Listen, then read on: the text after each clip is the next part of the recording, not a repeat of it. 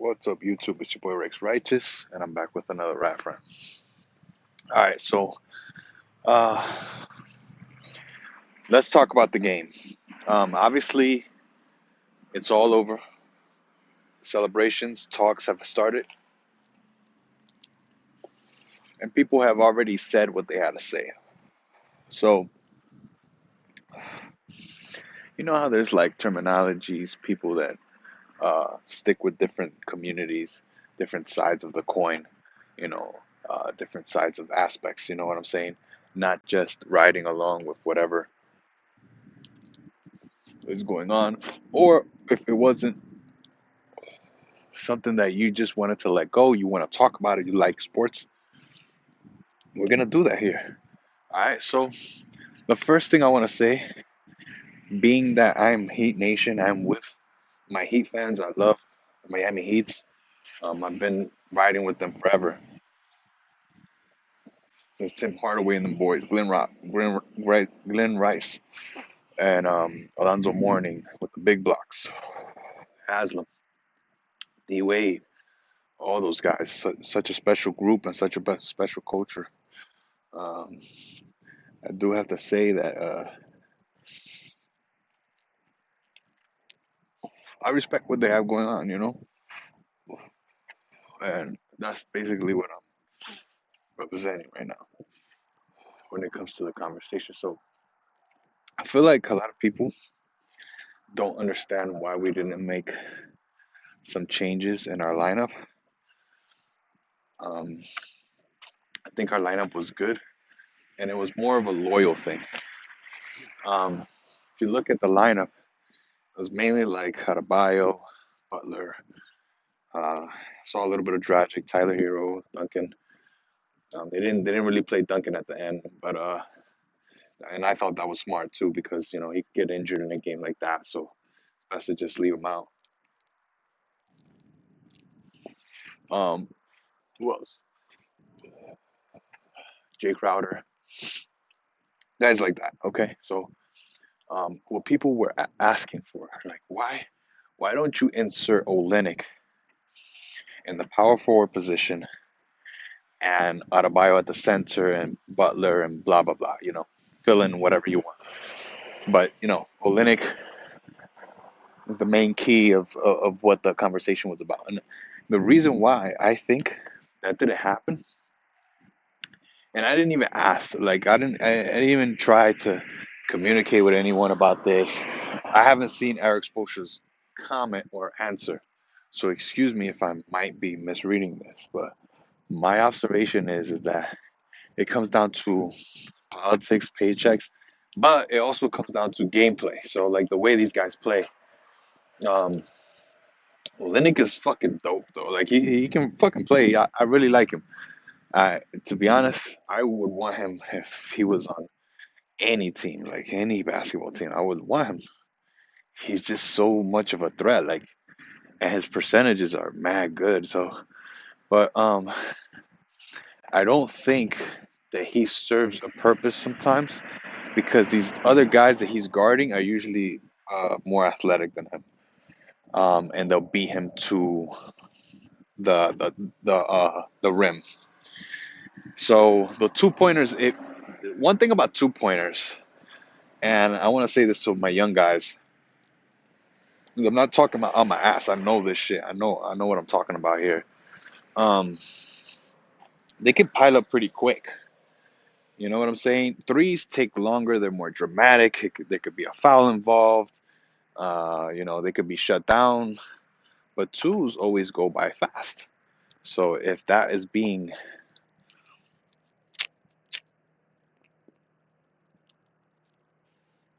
so that's the thing that is happening in the game.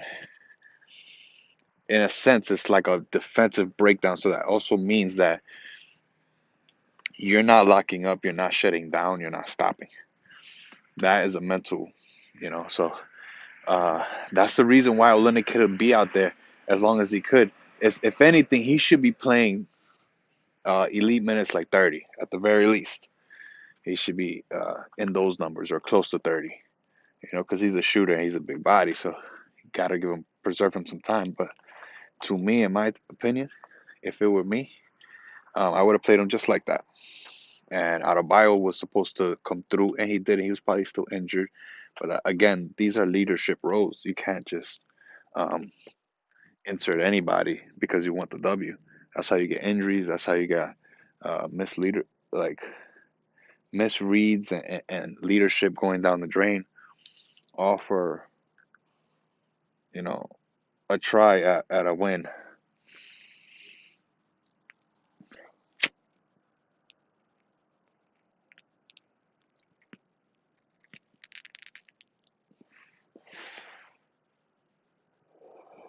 So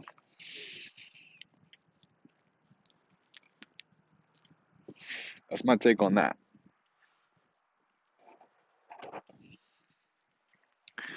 Another thing, uh, the Lakers played with a purpose, and in order for you to do that, you need energy, you need stamina, you need camaraderie, you need objectivity, you need a second wind. You can't just go out there and think you're gonna win with no energy. I knew it was gonna. I knew it was gonna wear down on Jimmy. I knew it. He was guarding the best two players of the team. Let me repeat that. He was guarding the best two players of the team. Who were the best two players of the team?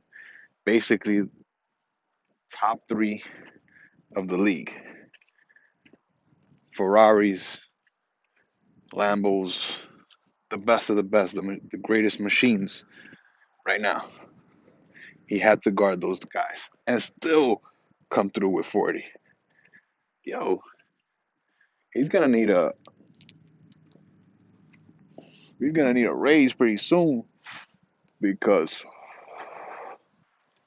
to try and mind fuck two machines like that, very difficult. And to score at will, not making any threes, literally not attempting them. Big props to Jimmy Butler.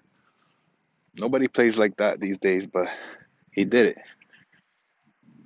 guarding the two best and playing 40 minutes. So what I was asking for in the other reviews was that if Bam Adebayo could do that, because if you look at his numbers, he just could not stay out there. It's not about uh, the fact that he didn't play those minutes. You know what I'm saying? He he just couldn't stay out there. So whether it's him not wanting to stay out there or the coach, um, he couldn't stay out there. So like basically, if he's 32 minutes averaging it, while Jimmy's doing 40, Jimmy did 47 in Game Six. You know what I'm saying? So if he's doing that and no one else is doing that, not even like a fucking a guy that's doing dirty work, catching rebounds, nobody's doing it, just him. That's it. Because it's two guys taking turns, and then on top of that, they're coming out at the same time. No way. If Bam would have matched or got close or even outdid the minutes on Butler, they would have had a shot. But I was calling it out like game four, game three. I was saying if Bam comes back and he can match the minutes, not it don't even gotta be the points. It's the minutes. What are you adding to the team? So, um, obviously, yeah. That was a huge issue. Them dudes was outrunning them. They was playing with a purpose. You go out there, you shoot, you do whatever. You play defense, you grab rebounds, whatever the fuck you do. Whatever the fuck you do in that team. if you do it with a purpose, then yeah, you're gonna win. You're going to win. There's no, so then the mismatches are starting. So there's a couple things I want to say. I want to go on the record with this. Okay. Um, Finals MVP going to LeBron, not a problem. Uh, More talks about him and MJ. I don't have a problem with it. Who else is it supposed to go to? Who else are they supposed to talk about? Who else? Who else? Who's relevant right now? Who's playing? They have to talk about him. They have to talk about him. So again, I'm just gonna ask this question, so because I'm already insinuating that somebody might want to argue with what I'm saying, because there are a lot of people that just don't like him. But I'm already insinuating that those people are um, going to argue with me about that, or going to play defense or play devil's advocate. It's like, okay, who are they supposed to talk about then? All right, let's go. Let's move on. Right? Four chips, whatever. Okay.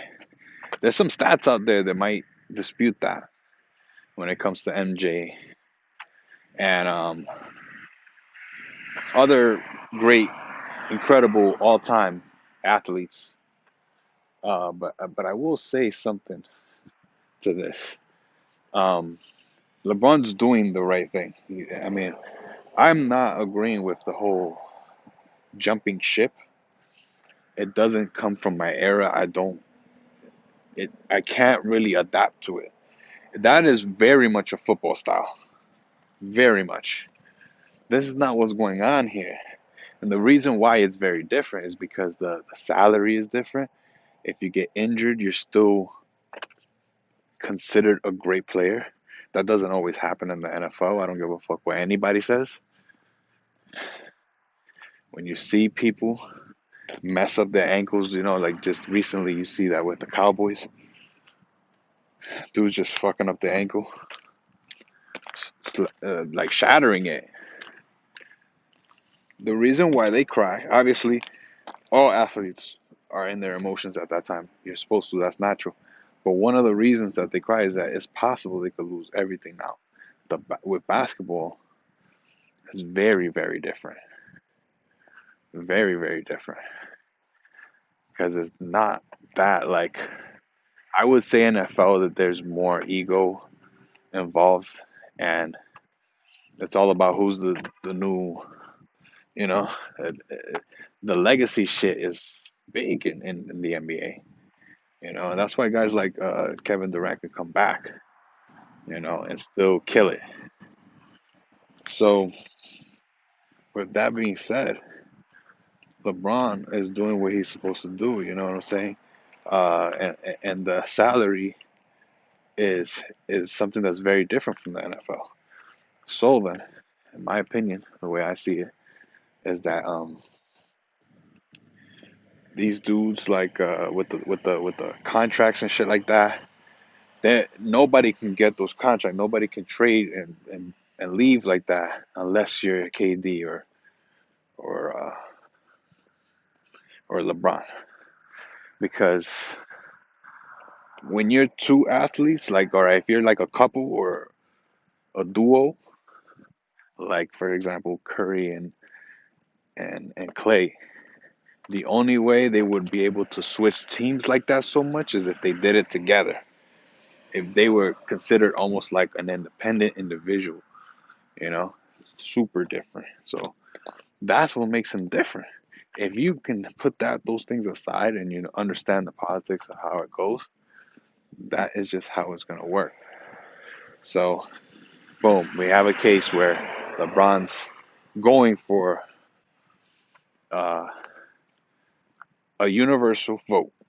That's basically what he's looking for, is a universal vote where he wants everybody to say, or not everybody, I would say like a 65, 75% of the public saying, I'm the best player of all time, I'm the greatest player of all time, That's it. No more discussions.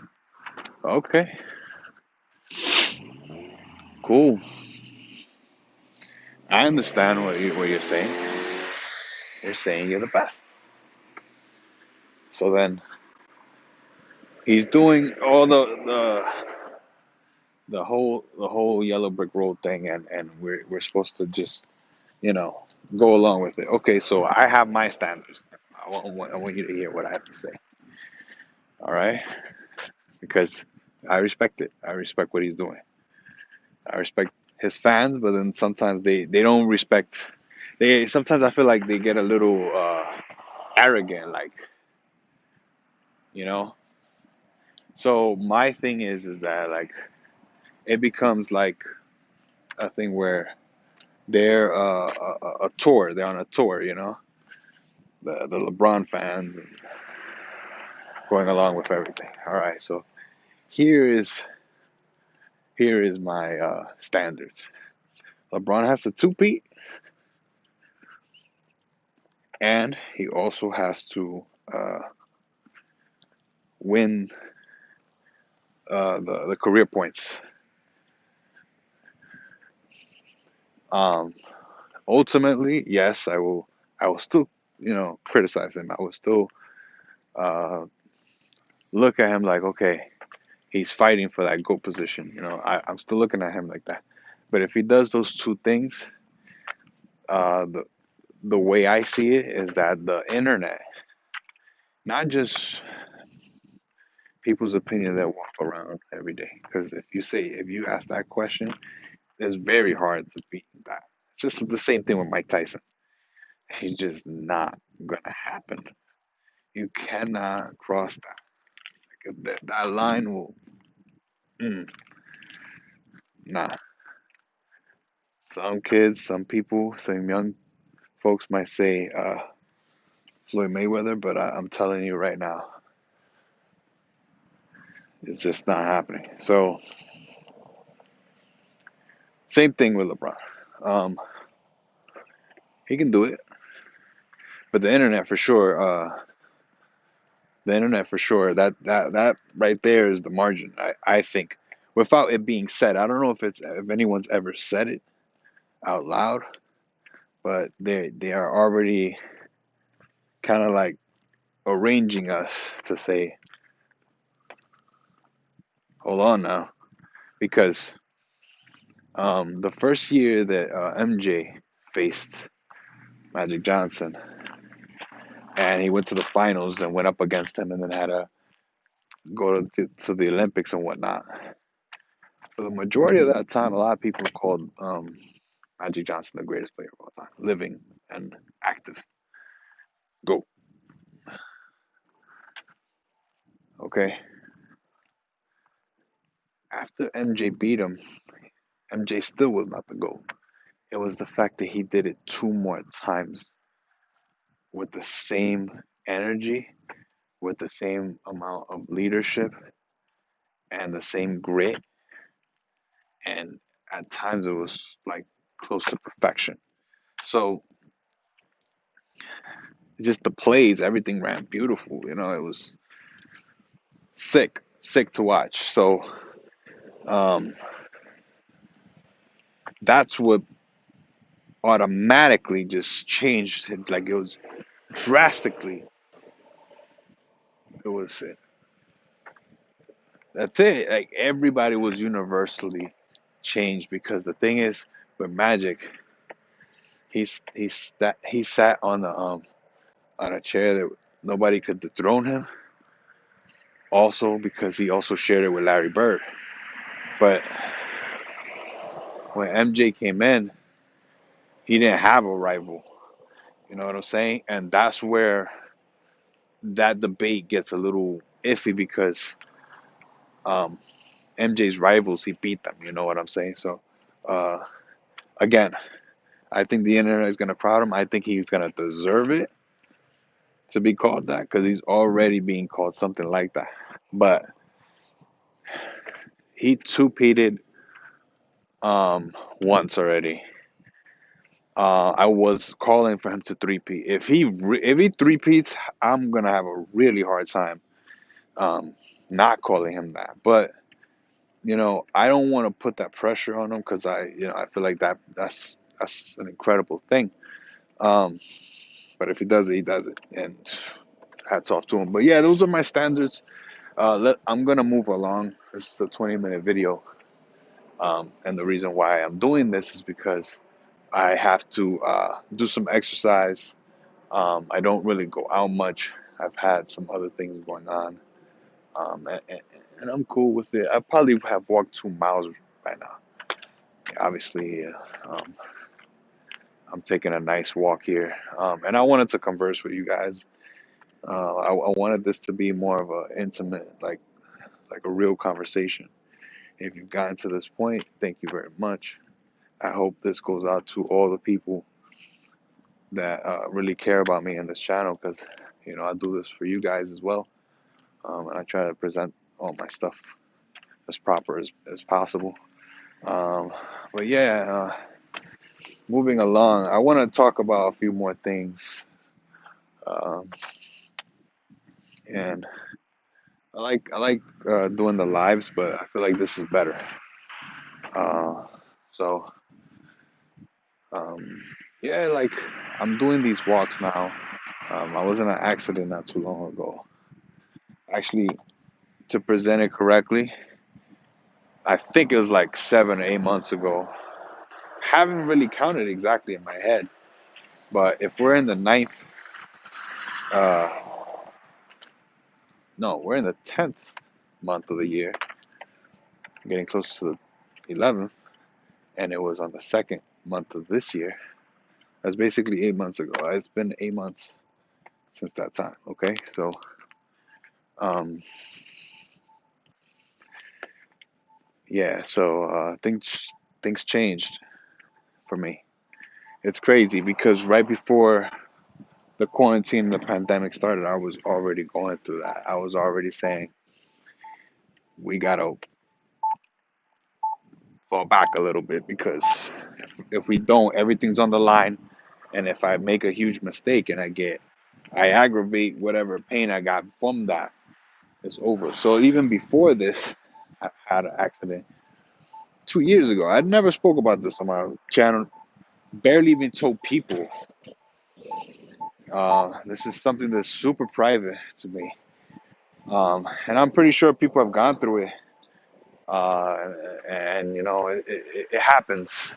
But everybody has their approach, and I don't like to talk about things that I want to overcome, things that are out of my control, because I wasn't in control of that moment. I had no say in a sense, because all I was doing was working or operating my vehicle to do what I had to do. Um, but yeah. So being that I had an accident before that, boom, I'm sidelined. I'm going through this thing, and I'm trying to recover. So recently, I just had a procedure done. I'm very excited about the results. That's why I'm walking right now. So I'm doing a small test, an experiment. Okay, and that's why I'm blogging about it too. I want people to hear what's going on. I want to be able to remember some of this stuff, uh, and I think I owe it to you guys. To let you know, whether it's family, friends, or subscribers. So, yeah, with that being said, you know what I'm saying? Uh, it's been a minute, been going at it with this, and I think the best thing I could pat myself on the back for is not aggravating it any more than I already can. You know, uh, wifey is a nurse. I've gotten legit feedback and expertise in my opinion. I trust it. I've had X-rays. I've had MRIs. Um, there are some avenues I didn't fucking take. Um, but I wasn't willing to go through that in this era that we're in right now. Um, I have a very complex and complicated situation, just like a lot of people. But one of the things that I feel like we can discuss as people to people is that, and eventually I got to walk back here. um, it's the whole thing where people have their limits, their what they will do and what they won't do in this era. And being that I have an injury, um, and I had several things going on, I didn't overlook those things. I didn't take the risk because there's people involved. It's not just me. I can't just think about me. So I was trying to be careful. I did do physical therapy, which is a form of action and um, effort. You know what I'm saying? I basically copied what was in those PT places that I went to for a month and a half and brought it home. So I was mimicking it. When I went to PT and I came home, I would do the therapy. The same thing would happen when when I wasn't there. So even if it was a day later or a third day, you know what I'm saying? But it's like, come on. Uh, if it's not working, then something's wrong, right? So, yeah, I had to go different avenues. I said, hey, I need more. I need more. And I protested. I kept along. I kept pushing. I was persistent. And I'm 33 with a body like a 20-year-old, bro. I'm moving. You know what I'm saying? I'm moving and grooving. I feel good. But that it needed to change. So I trust science. I'm not always gonna subject to that. I always like to go the natural route. Um, Obviously.